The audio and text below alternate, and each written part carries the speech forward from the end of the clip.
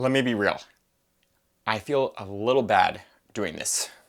This will be a review of Con Campbell's book, Basics of Verbal Aspect in Biblical Greek, which just had its second edition come out. And I will go through it chapter by chapter and critique it. There are a lot of problems with the book, and I want to give it a detailed review, not to bash Campbell. I don't want to do that, but I want to help students. I feel bad because I believe Campbell and I are on the same team. We want to help others understand the Bible better. So the point of these videos is not to make the Greek grammatical studies field still more divided. I think we should be more united than we are, but we also need to sharpen one another. We have to engage with the linguistics literature meaningfully. I will also be very direct in this series of videos for the sake of clarity. Again, I don't mean to offend Campbell at all, but when something is wrong, I will not beat around the bush. I will say it is wrong. It is very difficult for students to understand the differences between two scholars without this kind of bluntness. So, chapter 1. It begins with the wrong definition of aspect. Campbell makes a distinction between viewpoint aspect and a temporal definition of aspect, which he attributes to Bernard Comrie's book on aspect, published in 1976. The term viewpoint aspect goes back to Carlotta Smith's 1991 book, The Parameter of Aspect. On page 1 of the book, she defines the term viewpoint aspect as follows. Viewpoint aspect gives temporal perspective to a sentence. In other words, the term viewpoint aspect, as used in linguistics, refers to temporal perspective. As we will see, Campbell wrongly associates viewpoint with spatial notions, which I will return to in a later episode.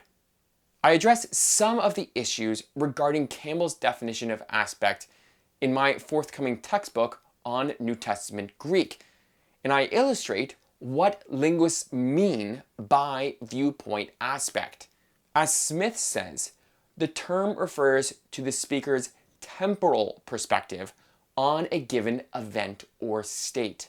For example, let's say Mary traveled from Magdala to Capernaum from the 9th hour to the 11th hour, which I will refer to as simply 9 and 11. When describing this event, the speaker may view only part of the event temporally, let's say from 9 to 10. And I would describe this as Mary was traveling from Magdala to Capernaum between 9 and 10. In this case, I'm only referring to part of Mary's entire traveling to Capernaum event. And I use the progressive form, was traveling, to make explicit that the event continued beyond the time period specified, namely 9 to 10. This is the basic idea in imperfective aspect. If I wanted to view the entire event in time, I would say Mary traveled from Magdala to Capernaum, and I might say from 9 to 11. You would understand this to mean that Mary actually reached Capernaum at 11. The event has ended. This is the basic idea of perfective aspect. Let me again be forthright. There is no debate about the meaning of aspect within the semantics literature. It is universally regarded as temporal. Robert Binnick's book, Time and the Verb, surveys views on aspect from ancient times to the present, and he never gives the spatial theory as an option because linguists and philosophers simply have not believed that. Again, aspect today is universally regarded as temporal within linguistics. Campbell does define tense in terms of temporality. He explicitly says that it normally refers to a verb's temporal reference. We will return to this definition of tense, but notice at the outset that Campbell has not told us which two things are related in time. He suggests that there are counterexamples where a present tense refers to an event that occurs in the past.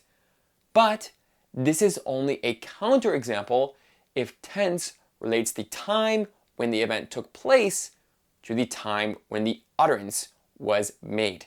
Again, this is not the standard definition of tense within linguistics, but we will return to this in a later episode. The next definition given is actionsart. As Campbell does, I will return to this concept after he distinguishes semantics and pragmatics. This is an important distinction, and I am totally in favor of distinguishing these two ideas, even if there are fuzzy areas. When we are discussing the meaning of a particular verb form, we are asking ourselves what that verb form contributes to the sentence. In other words, we want to know the meaning encoded by a verb form. Campbell's definition of semantics is correct here. You can check out my video on basic semantics concepts for more on what semantics is. His use of the term pragmatics is not quite correct. Pragmatics does include contextual readings, but it is not the same as the particular interpretation of a verbal form, which is how he defines it when he says pragmatics refers to how it all ends up, the way language is used in context. The range of interpretations a verb form may have would actually fall under the category of semantics. That is the entire challenge in semantics. How do we figure out what a verb form encodes when we have a range of interpretations? Pragmatics is more concerned with how semantic meanings are used in particular situations. A classic example is that a question might be used to make a request instead of actually asking a question. As in, can you please pass the salt? Which is in the form of a question, but is actually a request for something. Again, you can check out my video on basic pragmatics concepts for more on this linguistics subfield. All right, let's return to actionsart. Campbell also defines this notion wrongly. He says it is the final interpretation of a sentence and therefore falls within the domain of pragmatics, under his definition of pragmatics. Campbell states, when asked, "What do you do, Arist?" the answer is, well, I do many things. I have many possible actionsart outcomes. Again, no one within the field of linguistics would define actionsart as a pragmatic notion. It is semantic. Actionsart is the situation as described by the verb and its arguments before it combines with aspect or viewpoint aspect. This is universally accepted within linguistics. To illustrate, a verb phrase like build a house has a telic actionsart value. This means that a building a house event has a natural endpoint. We do not have to refer to this endpoint, however, depending on the viewpoint aspect used. Both sentences, Joseph was building a house and Joseph built a house, have identical actionsart values. Namely, they are what is called accomplishments, meaning they are telic and are protracted over time. But these two sentences have different interpretations. When we say Joseph was building a house, we are not referring to the end of the building a house event. When we say Joseph built a house, we do refer to the end of that event. In one case, the house hasn't been completely built, and in the other case, the house has been completely built. These are different interpretations, But because actionsart is not about the final interpretation, they can still have identical actionsart values. The only scholar cited in the field of linguistics proper in chapter 1 is Bernard Comrie.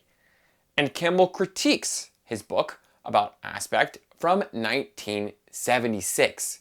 There's been a lot done in aspect since 1976.